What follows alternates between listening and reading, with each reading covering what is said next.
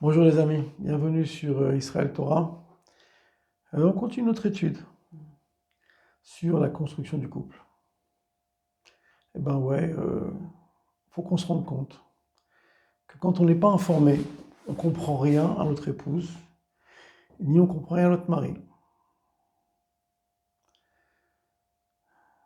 Combien de fois je reçois des coups de fil, allô Shimon, elle me casse la tête, Shimon, elle me rend fou. Je lui ai expliqué des choses, elle comprend rien. Et la femme m'appelle, me dit, Monsieur Harry, je vais t'expliquer ce qui se passe. Elle me dit, voilà, il m'a mal parlé, il m'a mal dit, etc. Et j'entends ici, j'entends là, j'entends comme ci, j'entends comme ça, comme tout, comme bien d'autres rabbins qui ont bien plus d'expérience que moi. Et puis, dernièrement, j'ai compris. Une dame m'appelle, elle me dit, voilà, mon mari, je vois quelque chose qui cloche. Je dis, je peux te poser une question? Attends, je dis, attends, chut, avant de parler de ton mari. Dis-moi, ton mari, tu lui dis bonjour. Tu l'appelles pour dire, mon mari, je t'aime. L'autre, il m'appelle, il me dit, ouais, ma femme, comme ça, comme ça, comme ça. Avant de me dire que ta femme ne te convient pas et ça ne va pas ce qui se passe, est-ce que tu prends le temps de l'appeler une fois par jour, deux fois par jour, normalement c'est cinq, six fois par jour, pour lui rappeler qu'elle est la plus belle femme du monde et que tu as bien fait de te marier avec elle? Alors il me répond, bah, bah oui, ça va me mourir de rire. J'ai dit, regarde, demande à ton mari, qu'est-ce qui lui fera plaisir de manger ce soir? Dis à ta femme que tu n'as aucune envie de te disputer avec elle, et que tu vives heureux avec elle, et que tu vas la rendre heureuse. Il y a même ceux qui ne savent pas embrasser leur femme. Quand ils rentrent le soir à la maison, ils ne pensent pas à embrasser sa femme. Il a fallu que je leur apprenne. Je dis, mais c'est ta femme, tu rentres le soir, bon, quand c'est permis, et tu l'embrasses. Tu dis bonjour. On a expliqué la semaine dernière que embrasser son épouse, c'est se coller l'esprit dans l'esprit. Je vais te dire une chose que tu n'as pas compris, et qu'est-ce que tu n'as rien compris. Tu viens, tu me dis, ta femme, elle te casse la tête. Je ne sais pas dire ce que je pense de ce que tu penses, parce que tu vas dire que je ne pense pas des choses bien.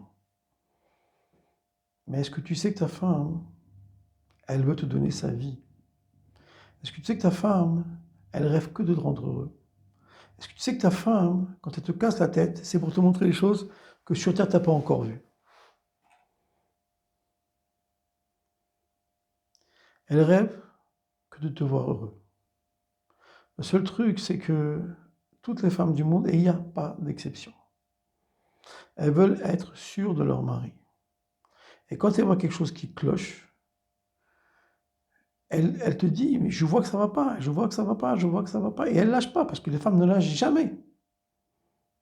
On dit histoire, qu'est-ce qui tient mieux? Quelle différence entre un pitbull et une femme juive, et une mère juive? Et le pitbull, il finit par lâcher. Les femmes juives, elles lâchent pas. Elles lâchent pas une femme juive, jamais de la vie, même pas en rêve. Elle veut savoir ce qui se passe, elle veut comprendre ce qui se passe. Pourquoi? Parce que tu n'as toujours pas compris qu'elle a envie et elle veut et elle doit, c'est sa mission de te bénir. Or, pour te bénir, comme elle est bina, ça veut dire l'analyse, elle doit tout comprendre.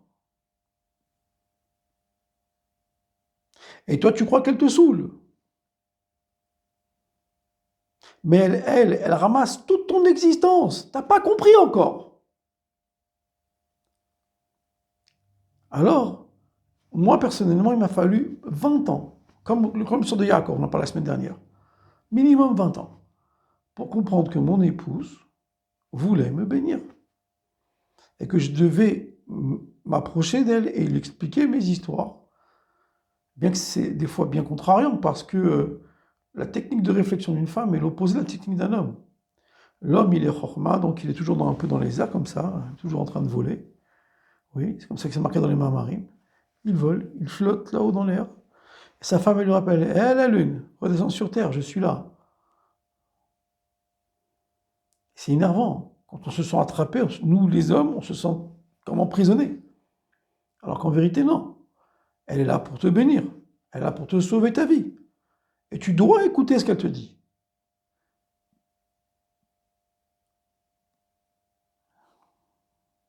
Parce que quand elle arrive à comprendre ce que tu dis et que tu arrives à lui expliquer ce que tu dis, c'est ça la force d'un vrai chacham, de prendre le temps d'expliquer à sa femme jusqu'au moment où sa femme elle comprend. Et quand ta femme elle comprend, elle peut te bénir.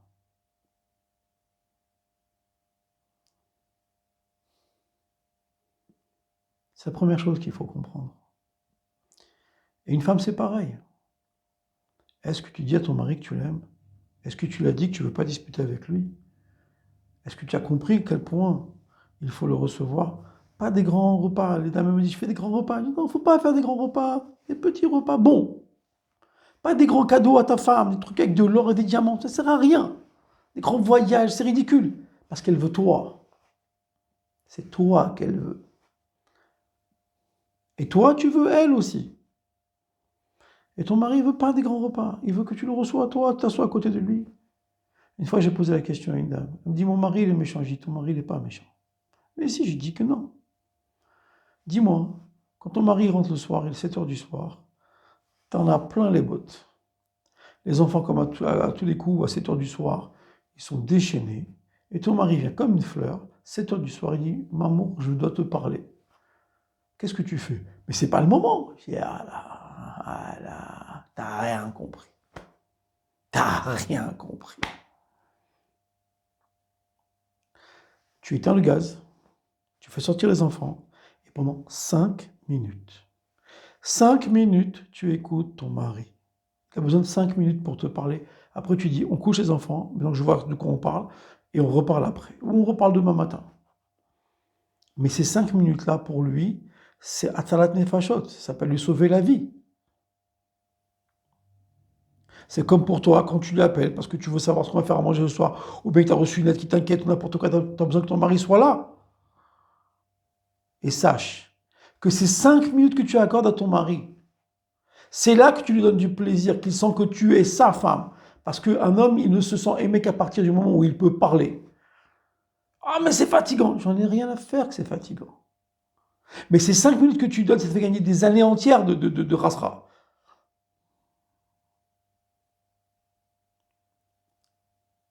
C'est du travail.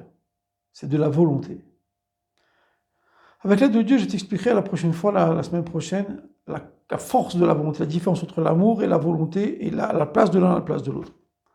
On continuera notre cours, c'est un cours profond que je vais faire, sans concession, je vais aller jusqu'au bout avec l'aide de Dieu, et on arrivera à le recevoir, ce Mashiach. Bonne soirée.